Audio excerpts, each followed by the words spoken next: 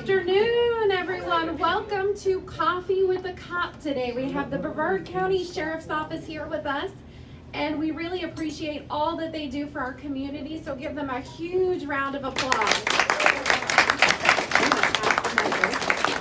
All right. Well, thank you guys very much.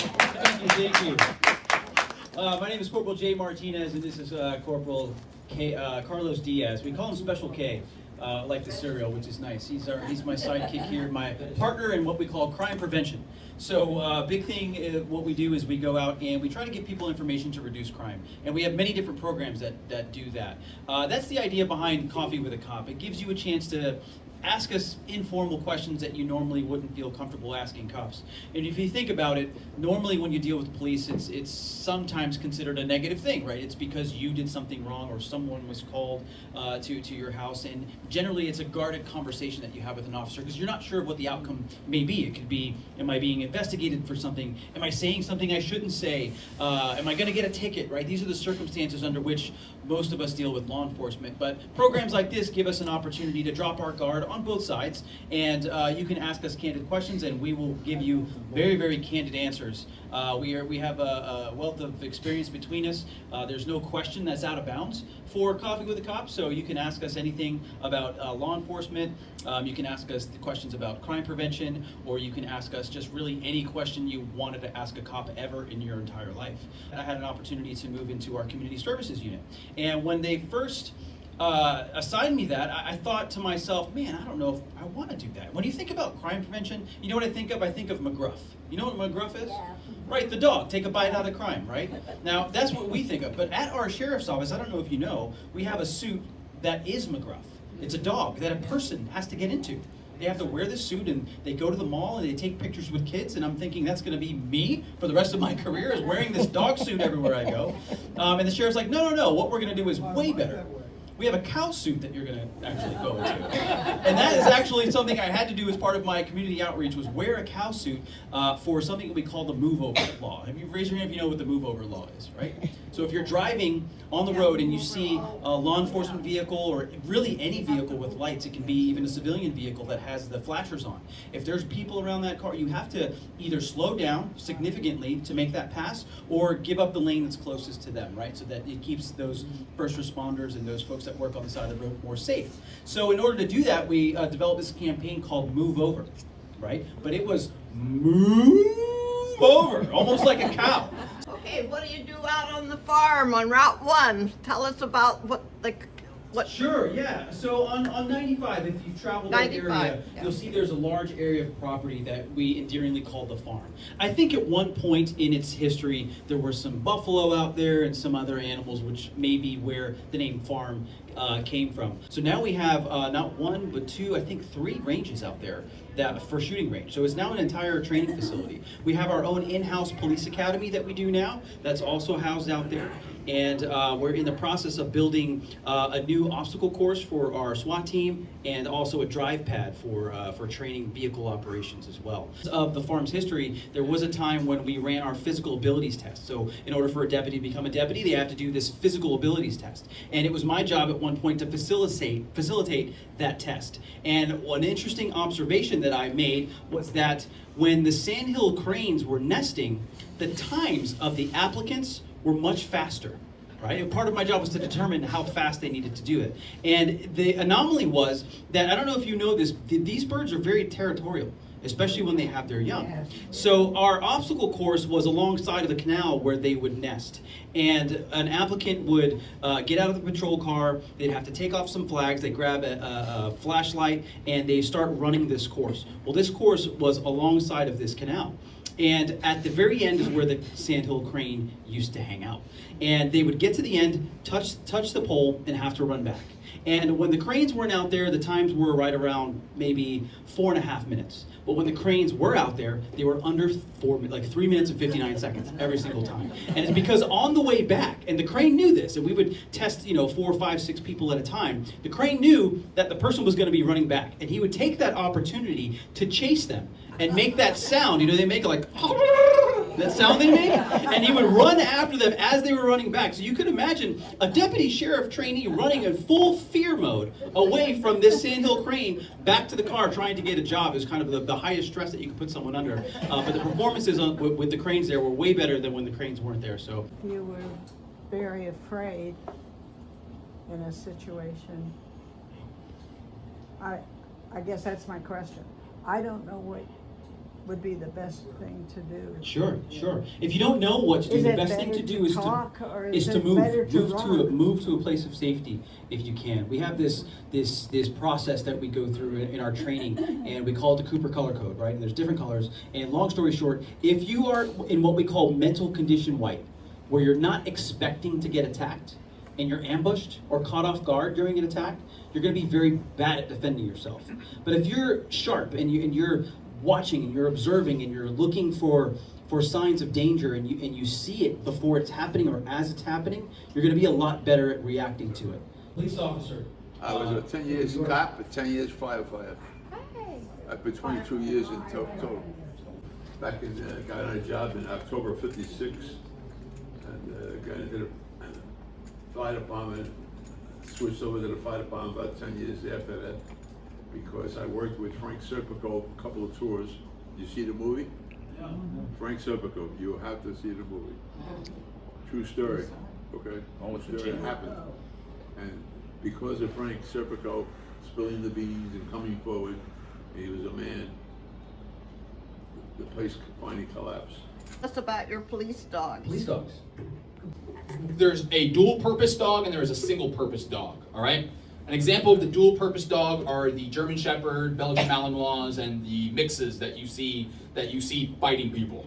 Those are known as dual-purpose dogs. Those dogs are trained not only for suspect apprehension, but they also are trained in narcotics detection and other things as well. So that's a dual purpose, right? Dual, right? They're handling other things other than just a singular purpose, right? Single purpose dogs, they're trained in one specific skill set, whether that's narcotics detection.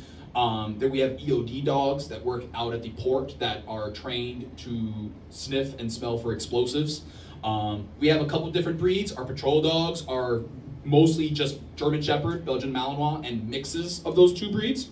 And the single-purpose dogs can be Belgian Malinois. We have a couple of pointers. We have, at one point, I'm pretty sure we had some type of little dog that was, working.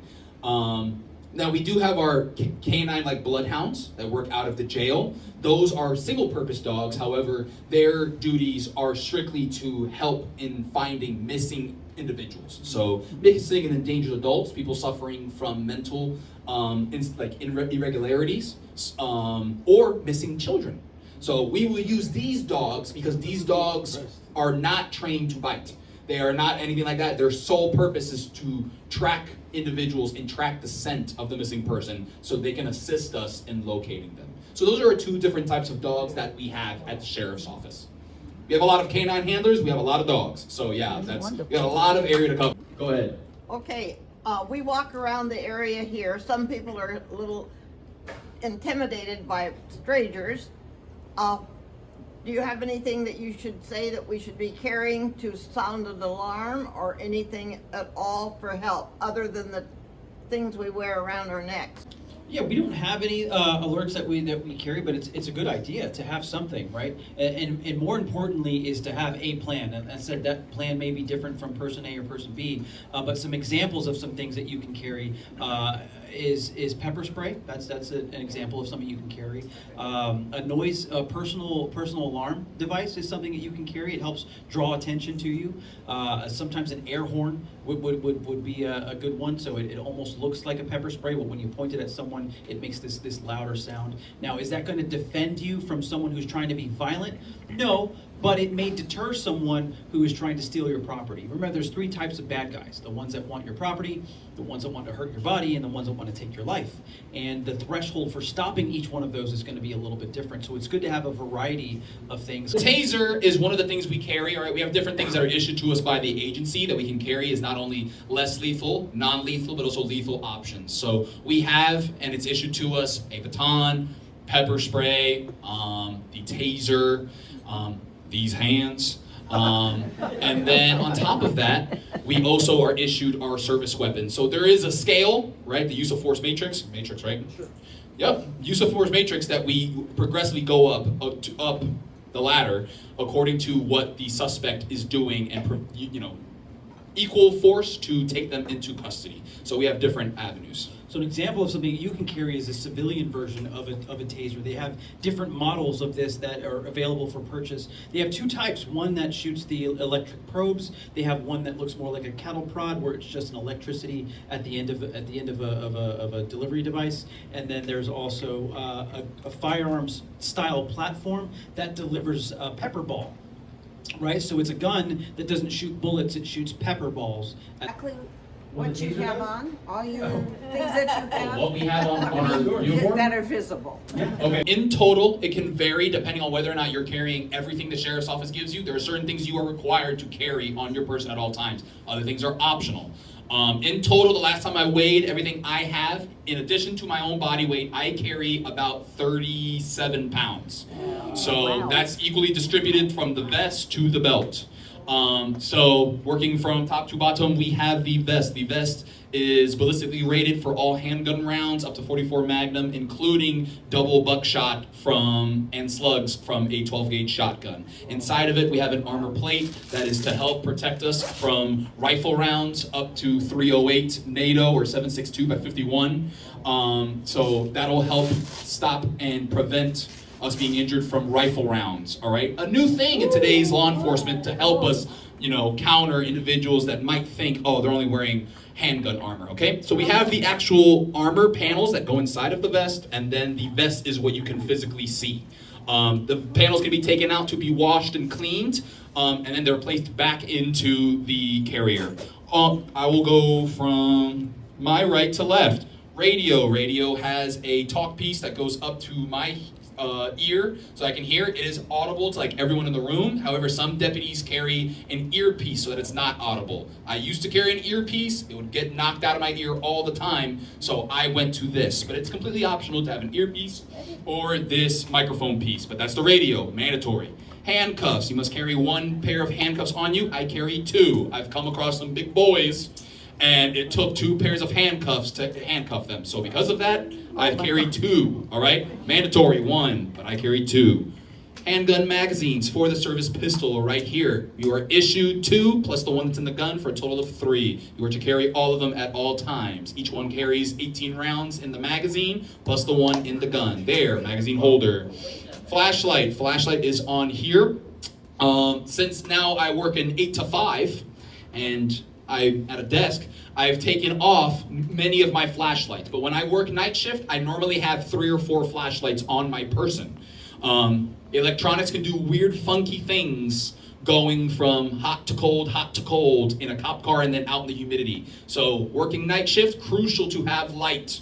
You can be away from in the woods, and if this light goes out, which has happened, these are all rechargeable. If this light goes out and you can't see, it's very terrifying to be, fumbling around for another light source, all right? So flashlight, carry the one that we're issued from our agency, okay? Going down to the belt, all right? Car keys, I need these. Car keys, not only the ones that go in the car, but also the backup keys, all right? A lot of deputies also carry a third key inside of their vest, okay? So we carry the third one inside of our vest. Service handgun over here, all deputies are issued the exact same service handgun with optic, with handgun light. That is in the holster. All holsters are provided to us by the agency. Over here is taser. Taser is right here. And like I said, also issued to us by the agency. All deputies are trained across the board, receive the exact same training for taser, issued to us by the agency. What's the strength of that? The taser? Yeah, The strength or like the distance it's usable to? either one. So the taser, the taser is kind of interesting. There's a proprietary ratio between the volts and the amps, right? So for taser, it's 50,000 volts. But you may see a commercially available private stun gun that offers 1,000,000 volts, right? So the 1,000,000 volts at 0 amps isn't effective at creating what they call neuromuscular incapacitation, which the ratio between the 50,000 volts and I think it's 0.0124 amps that they use creates an interesting phenomenon where that person will lock up and they'll kind of fall over, right? And that's something that's proprietary with tasers. So both the civilian model and the law enforcement model will do that. The difference between the two is that this taser, if I tase someone, only tases them for about 5 seconds, which is just enough time for us to handcuff them under power in that state that they're in, right? So we'll tase them, we have about 5 seconds to handcuff them. The version that you would buy tases the person for 30 seconds, which allows you time to create distance and get away to safety. And it's kind of interesting the way the pattern flows for the civilian model. It kind of revs up and then down and then up and then down. So it's a very painful experience, which is wonderful. So our taser is actually a lot more mild than something that you would get. But our job is more of an apprehension versus something for you for self-defense. So. All right, thank you so much to the Brevard County Sheriff's Office. This was a wonderful seminar. We really appreciate you being here today. Thank you, and we'll see you again soon.